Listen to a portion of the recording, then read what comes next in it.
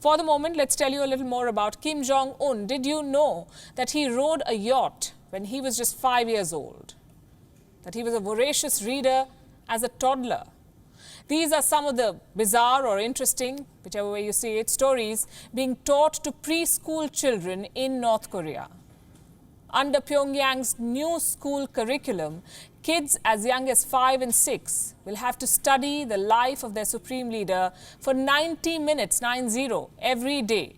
The aim is to instill absolute loyalty in these children towards their leadership. Is Kim Jong-un the only world leader to do so?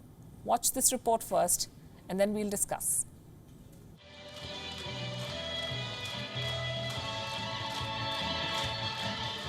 Coloured costumes, bright smiles, and high spirits.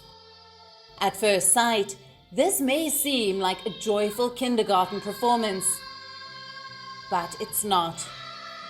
These are the children of North Korea reciting lyrics of loyalty, professing their love for their supreme leader, a leader who treats education as an ideological tool.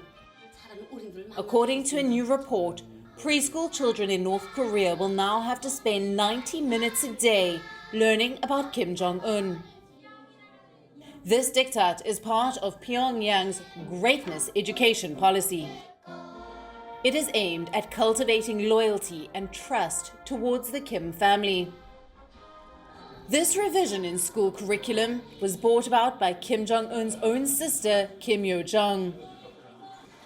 The updated curriculum includes some bizarre and far-fetched stories from the Supreme Leader's childhood. It tells preschoolers that Kim Jong-un rode a yacht, read voraciously, and did target practice when he was just 5 years old. This sort of political indoctrination is set to permeate school curriculums across North Korea. The aim is to brainwash children at an early stage so that they grow up with absolute loyalty towards the North Korean leadership and its divine bloodline. But what good is such propaganda when 1 in 5 North Korean children suffers from malnutrition? When the infant mortality rate stands at 33% and the national rate of stunting over 19%. The children of North Korea are in need of nutrition, proper health care, and good education, but they have become subjects of state propaganda. Their thoughts restricted, their aspirations undiscovered. Bureau Report, WION, World is One. And we're not done with the story yet. Kim Jong-un is not the only world leader to have school textbooks written about him in accordance with his ideas. There have been several others like him in different parts of the world, like Muammar Gaddafi. He ruled Libya for 4 long decades. Under his rule, Gaddafi used his powers to centralize the education system in his country. The curriculum in every single school was prepared in accordance with Gaddafi's teachings and views. He made lessons about his life mandatory. He got his portraits installed on classroom walls. Muammar Gaddafi is now dead. His legacy reduced to small photographs in history books. Then we have Saddam Hussein. He made children write paragraphs about his party's rise. He made them refer to him as beloved Saddam. School textbooks were written in a way that they suited his idea of the world.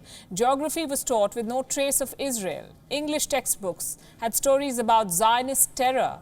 Science lessons would include Saddam Hussein's pronouncements about the laws of nature. Nothing escaped his influence. Even mathematics had its political side. Students learned arithmetic by adding 4 to 28 because April 28 was Saddam Hussein's birthday. And then, how can we leave out China?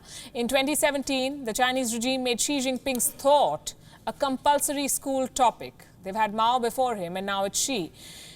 The government trained teachers to incorporate the president's ideology in class curriculum. Students were made to analyze communist theory. They still are. They learn the guiding principles of Chinese leaders like Mao Zedong, Deng Xiaoping, Hu Jintao and others.